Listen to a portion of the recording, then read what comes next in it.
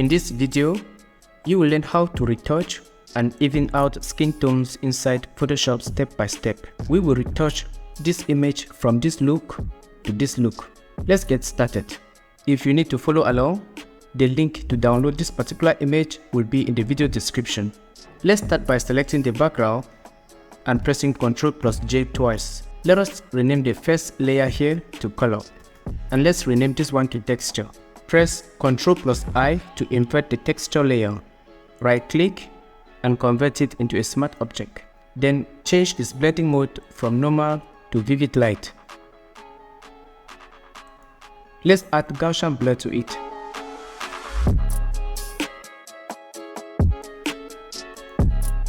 Depending on your photo, you might have to play with this radius slider to have a good value. What you should look for at this stage is this line art that separates the photo from the background. Once you have these extra details, click OK. Let's add the high pass filter.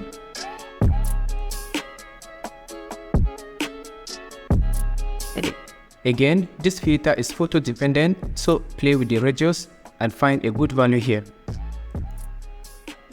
If we zoom towards the eyes and hide the filter for the moment, you can see that these portions of the eyes have been colored. Let's enable the texture again. So in order to have the original look back, let us add a mask to it and invert it. Hold the Alt key, that will be the Option key if you're using the Mac, and click on the camera icon here. That is going to automatically add an inverted mask. The mask also sends the image back the way it was from the beginning. Now we are going to use the brush tool to selectively paint on the portions we want to even out the skin tones. Select the brush tool, make sure you use a soft round brush. Set the opacity and flow to 100%, although this might change depending on your particular image. Make sure the mask is selected and white is set as the foreground color. Gradually begin to paint on the image to even out the skin tones.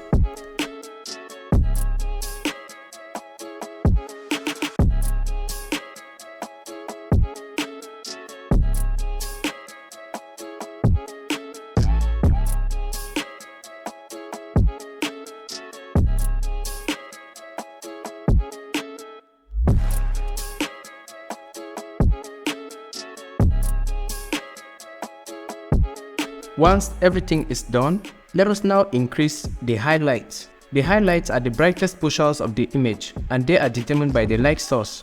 As you can see clearly, we have some light source hitting her face from this portion.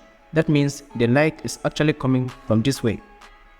So the way I prefer to add highlight is by using the curves adjustment layer.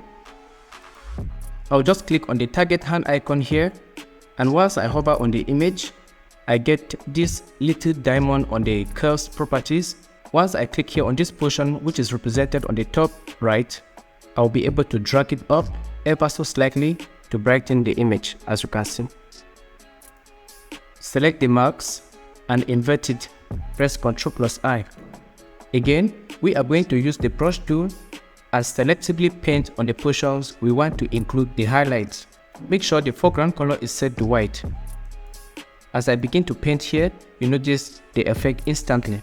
I'm going to press Ctrl+Z and reduce the flow of the brush.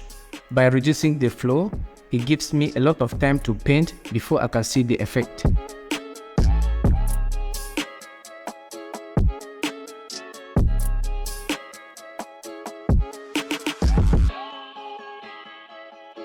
Let's just rename this to highlights.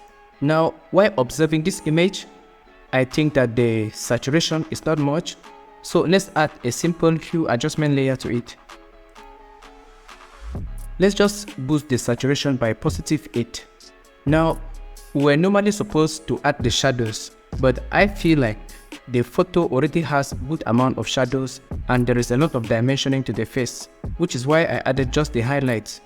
Now with the top layer here selected, let's hold the Shift key and click on color to select everything there. Then Ctrl+G to group it. I'll just rename this to Retouch.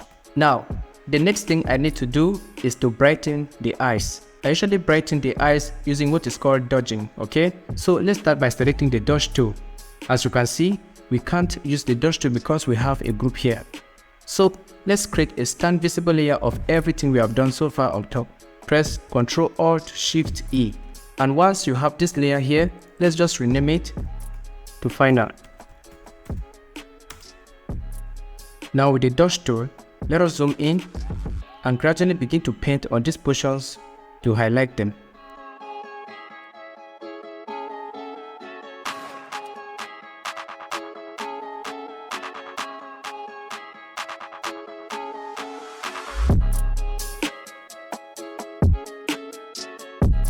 So here's the before and here's the after.